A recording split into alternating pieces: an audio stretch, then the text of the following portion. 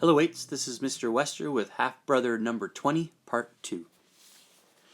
But Jennifer never showed up, and Mrs. Godwin was calling us up for dinner. The Godwins did not serve the kids wine. School the next day, Dr. Godwin said. Can't have you staggering into Windermere hungover. Jennifer didn't seem very hungry. I pulled out a couple of my best lines from the logbook to get the conversation going, but she wasn't playing along tonight. I talked mostly to David. After dessert, it was almost time for 60 Minutes, and we all settled around the TV. It turned out our segment was near the end, so we had to get through the rest of the show first. My heart was thumping away, faster and faster with each minute. I glanced at Mum and Dad, and they seemed excited, but kind of tense too.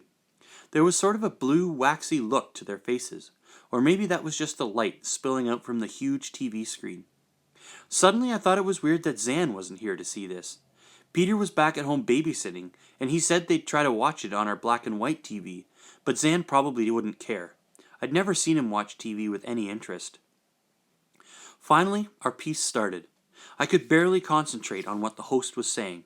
There were some nice shots of Victoria, described as a small picturesque city in Pacific Northwest, and the university, which they described as a small university whose psych department was quickly building a worldwide name for itself with cutting-edge research. I glanced over at Dr. Godwin, and he looked fairly pleased with himself. His wife squeezed his hand. Then it moved to our house. They started in the kitchen, with a shot of the high chair from behind, and for a second, you would have thought it was just a regular kid sitting in it. But then, as the camera moved closer and around, you saw it was actually a chimp. It was Zan, in his sweatshirt and shorts, holding a spoon and feeding himself Fruit Loops. I was helping him. I looked pretty good on TV. I was tanned and my hair was sandy blonde, but it was strange watching myself. It was like looking at someone pretending to be me. I had no idea my mouth moved like that when I talked. "Hey, that Tomlin kid's quite the stud," said David. "Shush, David," said his mother. I glanced over at Jennifer. She was blushing. That was a good sign. If she didn't like me, why would she blush? There were interviews with Dad and Greg Jaworski and Mum, and one with Dr. Godwin in his office, and then lots of footage of Zan at our house, playing and signing. I was in quite a few of the shots. They described me as Zan's big brother. Then there was Peter reading Zan a bedtime story. "Is Peter a major toker?" David asked. "David," said his father warningly. "He looks like a major pothead," David whispered to me. Jennifer was looking over and nodding, so I laughed, but right away felt mean, like I'd betrayed Peter. And then, suddenly, filling the screen, the learning chair. It was a black and white photo, and I don't know if they touched it up or something, but it looked huge and terrifying and cruel. Zan was strapped into it, small and totally defeated. I was so shocked, I scarcely heard what the host was saying in the voiceover. Something about strict methods and controversial teaching techniques. "I thought you'd gotten rid of that thing," Dr. Godwin said sharply to Dad. "We did," Dad said, eyes fixed on the TV. "I have no idea how they got that picture."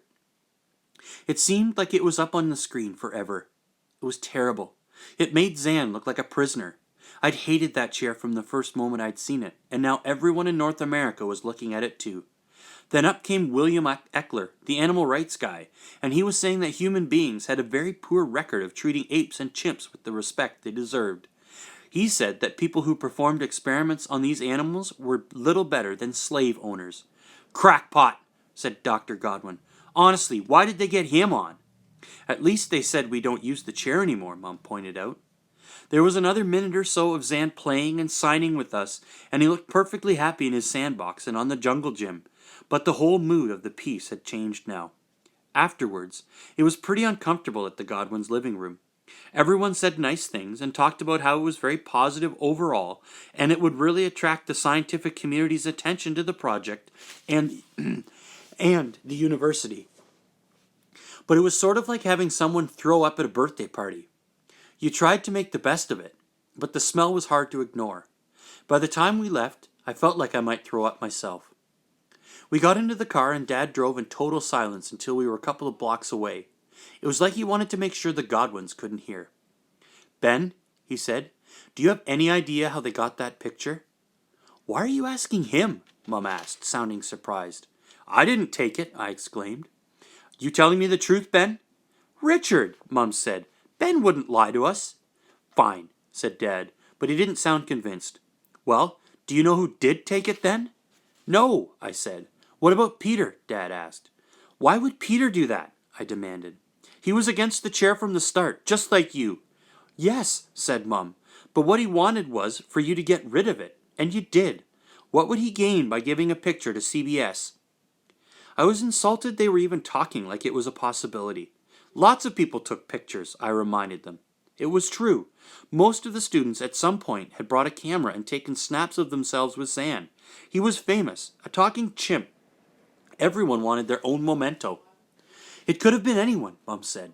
It's probably someone who quit or left. I intend to find out who it was, said Dad. He sounded furious. CBS never told me they were putting any of that in. They didn't need your permission, Mum said. Her voice was strangely calm. They're reporters, after a story. We were way too lax, Dad fumed, letting students take pictures. What's going to happen now? I asked, suddenly worried. Is someone going to take Zan away from us? Dad actually gave a snort of laughter. We've done nothing wrong, Ben. People like William Eckler, frankly, are voices crying out in the wilderness. They're bleeding hearts who live in a dream world. We meet and exceed every single guideline on how to treat animal test subjects. Is that how you think of him? I said, shocked. Who? Zan, an animal test subject. It was the first time I'd heard him use that term. Dad blew out his breath in exasperation. Not right now, Ben. Tomorrow is going to be a very bad day. We're going to be deluged with phone calls from people worried about the welfare of that poor little chimp. I was glad Zan wasn't going to be taken away, and part of me was glad CBS had shown the chair. I didn't think Dad was embarrassed about it, or thought it was cruel, but maybe now, with so many people watching, he'd be even more careful about how he treated Zan.